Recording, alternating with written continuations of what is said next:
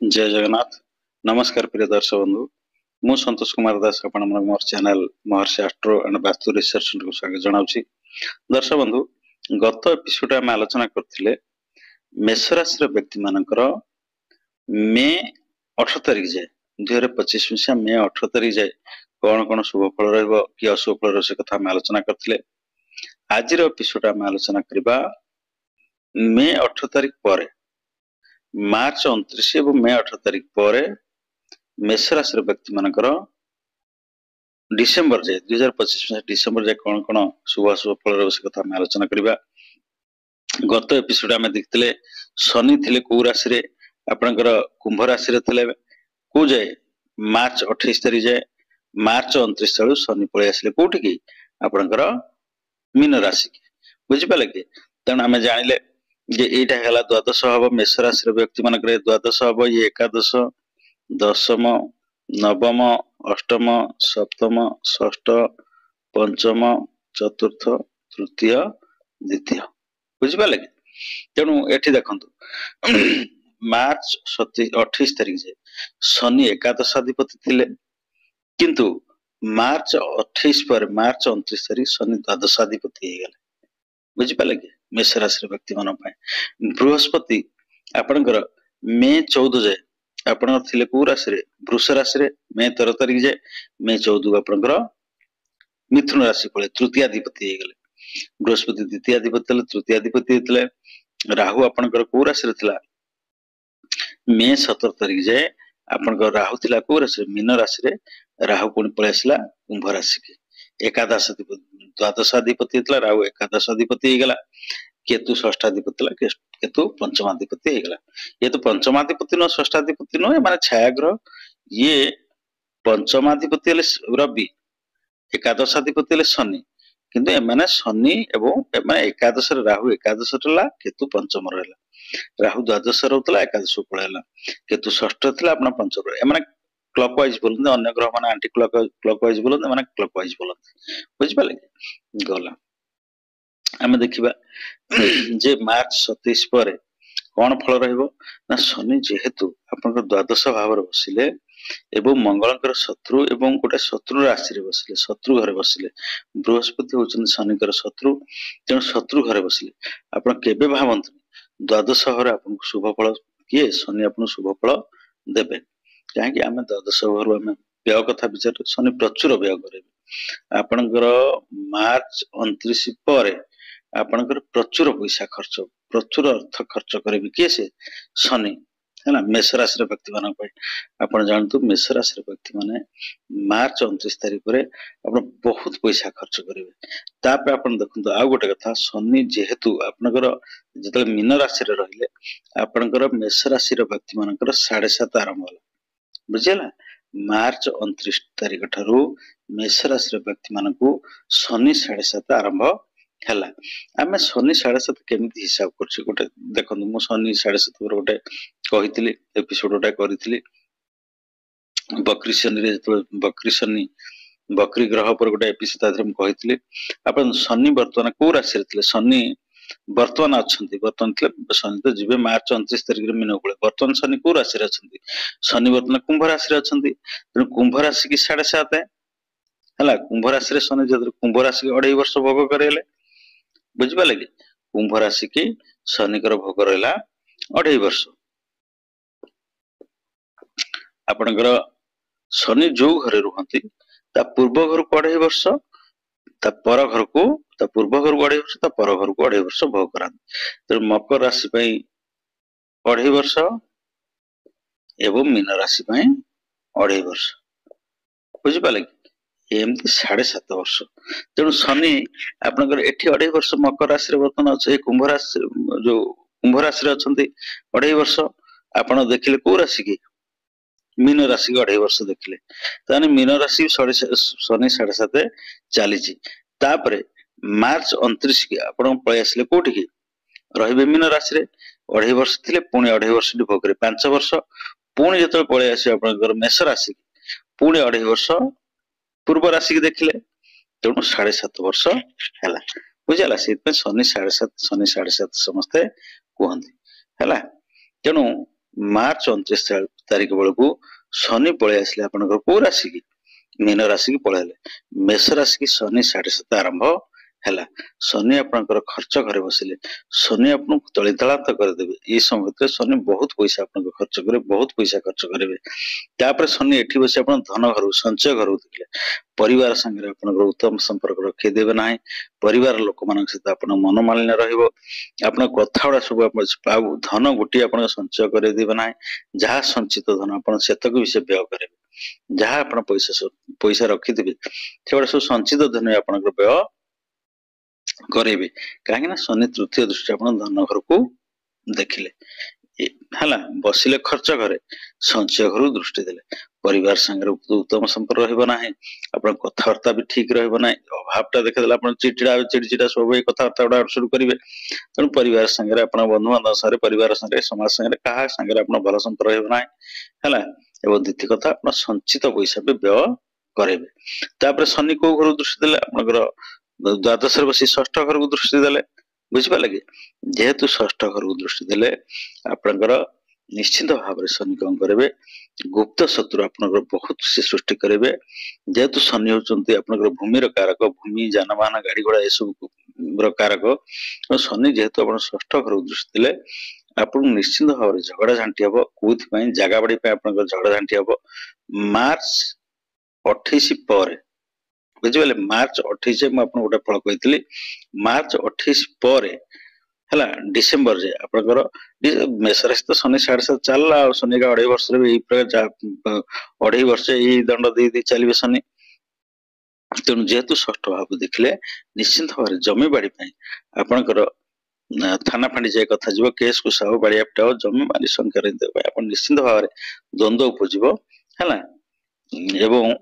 झगड़ा झांटी हम जानवाहन प्रति आप कौटी गाड़ी नहीं जाऊँ गाड़ी पिटी गला कौन गला से निश्चित भाव शत्रु मान सृष्टि झगड़ा झांटी हम जमीबाड़ी शत्रु मान सृष्टि झगड़ा झांटी हम राहु गुप्त शत्रु कराए किंतु शनि शत्रु कराती सामना शत्रु जी आप फाइट कर युद्ध कर कौ जमी बाड़ी जानवाहन ये सब युद्ध कर झगड़ा कर शनि आपन को निश्चिंत भाव पाद जंतर पाद घोली हवा गोड़ घोली हवा मसल्स पेन हवा गोड़ मोड़ी जॉइंट पेन हवा ये सब निश्चित भाव गोड़ विभिन्न प्रकार समस्या शनि करेबे ए घर रहे शनि जेहेतु देखो ये व्यय घर बसिले से धन घर को देखले ऋण घर रहिले आप करज करे बहुत करज करे एमती कर संचित धन आप जगह बाड़ी जहाँ किनते जगह बाड़ी जहाँ आप गाड़ी घोड़ा बिकिकी बिकवा बाध्य बिकईदेवे ये आप लोन करदे सप्तम दृष्टि देखले आप षष्ठ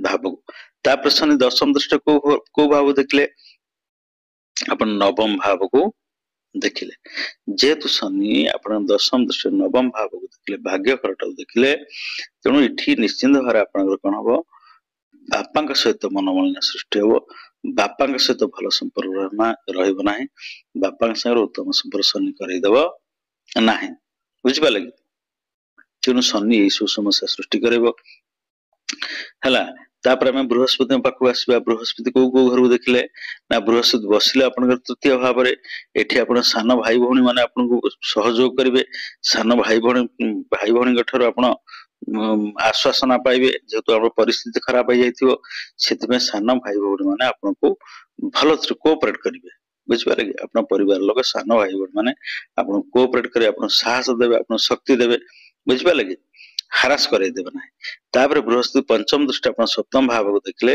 एठू आप जानतु निश्चित भाव सहधर्मी आप सहयोग पाइबे सहधर्मी आपको हिम्मत देवे सहधर्मी आप कौन करेंगे साहस देवे आगू जावाई प्रेरणा देवे ये दुख समय सी ही आप छिड़ा आप परिवार लोग आप छिड़ा तापर देखो ये शनि आपको बापा सारे विच्छेद करने चाहिए किंतु बृहस्पति दृष्टि रहा आप भाग्य घर को नवम घर को बृहस्पति दृष्टि रहा है जेहेतु बृहस्पति गोटे कथा मन रखु गोटे घरे जेते पाप ग्रह दृष्टि था जदि से घर को बृहस्पति दृष्टि रहा से समस्त पाप ग्रह दृष्टि सेठू हटी ଯିବ। ତେଣୁ ଯେହେତୁ ସପ୍ତମ ଦୃଷ୍ଟିରେ ଦେଖିଲେ କୋଉଠି ଆପଣ ଭାଗ୍ୟ ଘରକୁ ନବମ ଘରକୁ ଦେଖିଲେ ବୃହସ୍ପତି, ତେଣୁ ଏଠି ବାପାଙ୍କ ସାଙ୍ଗରେ ଆପଣଙ୍କର ମନମାଳିନ୍ୟ ହବ ନାହିଁ। ଶନି ଯୋଉ ମନମାଳିନ୍ୟ କରାଇବେ ବୃହସ୍ପତିଙ୍କ ଦ୍ୱାରା ସେଟା କଟିଯିବ। ଏଠୁ ଆପଣ ବାପାଙ୍କ ପାଖରୁ ବି ସାହାଯ୍ୟ ସହଯୋଗ ପାଇବେ, ବାପାଙ୍କ ପାଖରୁ ସମବେଦନା ପାଇବେ, ବାପାଙ୍କ ପାଖରୁ ଉତ୍ସାହ ପ୍ରେରଣା ଏସବୁ ପାଇବେ। ବାପା ଆପଣଙ୍କୁ ବହୁତ ସାହାଯ୍ୟ ସହଯୋଗ କରିବେ। ଯେହେତୁ ବୃହସ୍ପତି ଆପଣ ପିତୃ ଘରକୁ ଦେଖିଲା, ଭାଗ୍ୟ ଘରକୁ ଦେଖିଲା, ଆପଣଙ୍କ ଧର୍ମ ପ୍ରତି ଆକୃଷ୍ଟ ବଢିବ, ଆପଣ ଟିକେ ଧାର୍ମିକ ହେବେ। ମନ୍ଦିର ଏଇ ସମୟ ଭିତରେ ଆପଣ ନିଶ୍ଚିନ୍ତ ଭାବରେ ମନ୍ଦିର ଯିବେ, ଭଗବାନଙ୍କୁ ଦର୍ଶନ କରି ଏସବୁ ଧର୍ମ ପ୍ରତି ଆପଣ ଆକୃଷ୍ଟ ହୋଇ ଯିବେ। ଯେହେତୁ ସପ୍ତମ ଦୃଷ୍ଟିରେ ଆପଣଙ୍କର ଭାଗ୍ୟ ଘରକୁ ଦେଖିଲେ। ତାପରେ ଶନି ବୃହସ୍ପତି କହୁଥିଲା ନବମ ଦୃଷ୍ଟି ଆପଣଙ୍କର ଏକାଦଶ ଘରକୁ ଦେଖିଲେ। ଏଠି ରାହୁ ସେତେବେଳେ କଣ ହେଇଥିବ ନା ରାହୁ ମେ 18 ତାରିଖକୁ ରାହୁ ପଳେଇ ଆସିଥିବ କୋଉଠିକି ଆପଣଙ୍କର ଯୋଉ କୁମ୍ଭ ରାଶିକି ପଳେଇ ଆସିଥିବ। ଏଠି ରାହୁ ବସିଲା, ବୃହସ୍ପତି ଦୃଷ୍ଟି ଏ ଘରକୁ ପଇଲା। ତେଣୁ ଏଠି ଆପଣ ଆୟଟା ପୁରା ଗୋଳମାଳିଆ ହେଇଯିବ, ଆପଣ ଆୟଟା ପୁରା ଭଲ ରହିବ ନା। କାହିଁକି ନା ଏଠି ଗୁରୁଚଣ୍ଡାଳ ଦୋଷ ସୃଷ୍ଟି ହେଲା ଭଳିଆ ହେଲା, ରାହୁ ସେ ଘରେ ରହିଲା ଏବଂ ଗୁରୁଙ୍କର ଦୃଷ୍ଟି ସେ ଘରକୁ ପଇଲା। ତେଣୁ ଆୟ ଘରଟା ଆପଣ ଗୋଳମାଳିଆ ହେଇଯିବ। ତାମାନେ ଏଠି କଣ ଆପଣଙ୍କୁ ଗୋଟା ଲୋକ କହିଥିବ ପଇସା ଦବାକୁ, କିଛି ଲୋକ ଆପଣ ତୁ ଆ ପଇସା ନେଇଯିବ, ଆପଣ ସେଠି ପହଞ୍ଚେଇବ ନାଇଁ ନାଇଁ ତୁ ଆସିବୁନି, ଆଉ ଟିକେ ଲେଟ୍ କରିଦେଲୁ, ପଇସା ସେ ଲୋକଟା ନେଇଗଲା। ଏଇଭଳି ପରିସ୍ଥିତି ସୃଷ୍ଟି କରିବ। ବୃହସ୍ପତିଙ୍କର ନବମ ଦୃଷ୍ଟି ଏକାଦଶ ରହିଲେ, ଏକାଦଶ ରାହୁ ଆପଣ ଏଇଟା କେବେ ସୃଷ୍ଟି ହବ ନା ମେ 18 ତାରିଖ ଠାରୁ। ମେ 18 ତାରିଖ ଠାରୁ ଏସବୁ ସୃଷ୍ଟି ହବ, କାହିଁକିନା ରାହୁ ମେ 18 ତାରିଖ ଯାଇ ଆପଣଙ୍କର କୁମ୍ଭ ରାଶିକି ଆସିବ ହେଲା। ମେ 18 ତାରିଖ ପରେ ଏଇ ସବୁ ସମସ୍ୟା ଆପଣଙ୍କୁ ଦେଖା ଦବ ହେଲା। ବୃହସ୍ପତି ଦୃଷ୍ଟି ପଇଲେ ବି ଆପଣ ଏଠି ଗୋଟେ ଯୋଗ ସୃଷ୍ଟି ହେଲା ଭଳିଆ ହେଲା, ଆପଣ ଗୁରୁଚଣ୍ଡାଳ ଯୋଗ ସୃଷ୍ଟି ହେଲା ଭଳି ଗୋଟେ ଯୋଗ ଏଠି ସୃଷ୍ଟି ହେଲା। ଗୁରୁ କାହାକୁ ଦେଖିଲେ? ରାହୁକୁ ଦେଖିଲେ। ତେଣୁ ଆୟ ଘରେ ଆପଣଙ୍କର ଏଠି କଣ ହବ ଯେ ଏଠି ଆପଣ ଦେଖନ୍ତୁ ତୃତୀୟ ଘରେ ସାନ ଭାଇ ଭଉଣୀ ମାନେ ଆପଣଙ୍କୁ ସାହାଯ୍ୟ ସହଯୋଗ କରିବେ।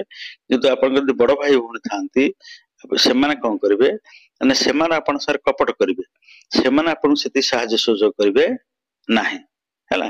ସାନ ମାନଙ୍କ ଠାରୁ ଆପଣ ସାହାଯ୍ୟ ସହଯୋଗ ପାଇବେ, କିନ୍ତୁ ବଡଙ୍କ ଠାରୁ ଆପଣ ସାନ ଭାଇ, ଆଉ ଯଦି ବଡ ଆପଣ ଯଦି ସାନ ଭାଇ ହେଇଥାନ୍ତି ବଡ ଭାଇ ଆପଣଙ୍କୁ ସାହାଯ୍ୟ କରିବେନି। ଆପଣ ଯଦି ବଡ ଭାଇ ହେଇଥାନ୍ତି ଏଠି ଆପଣ ସାନ ଭାଇ ଭଉଣୀ ଆପଣଙ୍କୁ ସାହାଯ୍ୟ କରିବେ। ଯଦି ଆପଣ ଯଦି ମଝିଆ ଭାଇ ହେଇଥାନ୍ତି ଆପଣ ସାନ ଭାଇ ଭଉଣୀ ମାନେ ସାହାଯ୍ୟ କରିବେ, ବଡ ଭାଇ ଭଉଣୀ ଆପଣଙ୍କୁ ସାହାଯ୍ୟ କରିବେ ନାହିଁ। ବୁଝିପାରିଲେ କି? ତାପରେ ଆପଣ ସେ କେତୁ ପାଖକୁ, କେତୁ ଆପଣଙ୍କର କୋଉ ଘରେ ବସିଲା? ପଞ୍ଚମ ଘରେ ବସିଲା।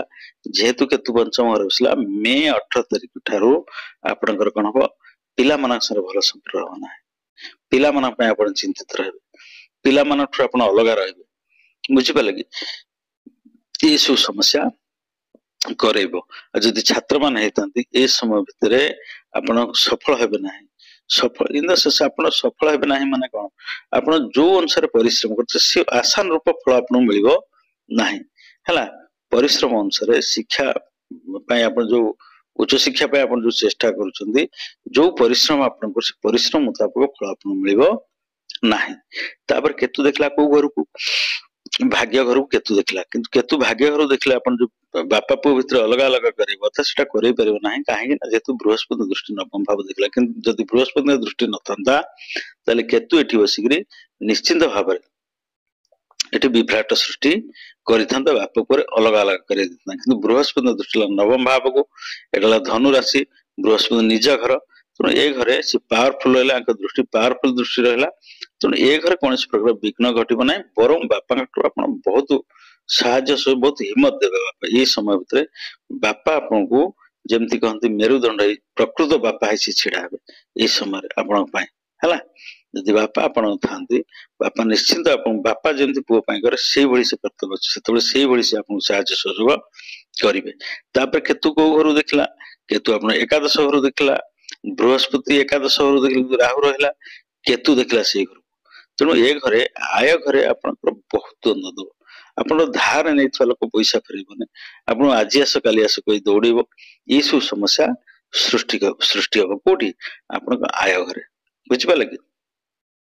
ତେଣୁ 2025 ମସିହା ମେଷ ରାଶିର ବ୍ୟକ୍ତି ମାନଙ୍କ ପାଇଁ, ମେଷ ରାଶିର ବ୍ୟକ୍ତି ମାନେ ଯୋଉମାନେ ଛାତ୍ରଛାତ୍ରୀ ହୁଅନ୍ତୁ, ବେପାରୀ ଭାଇ ମାନେ ହୁଅନ୍ତୁ, ଏବଂ ଆପଣ ଯୋଉମାନେ ଚାକିରି କରିଛନ୍ତି ହେଲା ଚାକିରି କରିଥିବା ଭାଇ ମାନେ ସେମାନେ ପ୍ରମୋशन ଆପଣ ଦେଖନ୍ତୁ ଆୟ ଘର ରହିଲା କର୍ମ କ୍ଷେତ୍ରକୁ ଆପଣଙ୍କର ସେତେବେଳେ କହୁଥିଲି କର୍ମ କ୍ଷେତ୍ର ଦୃଷ୍ଟି ଥିଲା ବୃହସ୍ପତିଙ୍କର ଭଲ ଦୃଷ୍ଟି ଥିଲା କିନ୍ତୁ ଏଠି ଆୟ ଜାଗାରେ ଆପଣଙ୍କର ପୁରା ଠପ ହେଇଯିବ ଆୟ ଜାଗାରେ ଆପଣଙ୍କୁ ପୁରା ବ୍ୟସ୍ତ କରି ରଖିବ ଆପଣ ଜମା ଟଙ୍କାଟା ଆପଣ ପାଇବେନି ହେଲା ଧାର ନେଇଥିବା ଆପଣ ଯୋଉ ଲୋକମାନେ ଧାର ନେଇଥିବେ ପଇସା ସେ ପଇସା ବି ସେମାନେ ଫେରେଇବେନି ହେଲା ତେଣୁ 2025 ମସିହାଟା ମେଷ ରାଶିର ବ୍ୟକ୍ତି ମାନଙ୍କ ପାଇଁ ଏଇ ପ୍ରକାର ଶୁଭ ଏବଂ ଅଶୁଭ ଫଳ ଦବ ତ ନେକ୍ସଟ ଏପିସୋଡ ଆମେ ଆଲୋଚନା କରିବା ବୃଷ ରାଶି କଥା ରାଶି ଚକ୍ର ଦ୍ୱିତୀୟ ରାଶି ବୃଷ ରାଶିର ବ୍ୟକ୍ତି ମାନଙ୍କ ପାଇଁ 2025 ମସିହା କିଭଳି ରହିବ କଣ ସେମାନଙ୍କ ପାଇଁ ଶୁଭ ଫଳ ଅଶୁଭ ଫଳ ଅଛି ଆମେ ନେକ୍ସଟ ଏପିସୋଡ ଆଲୋଚନା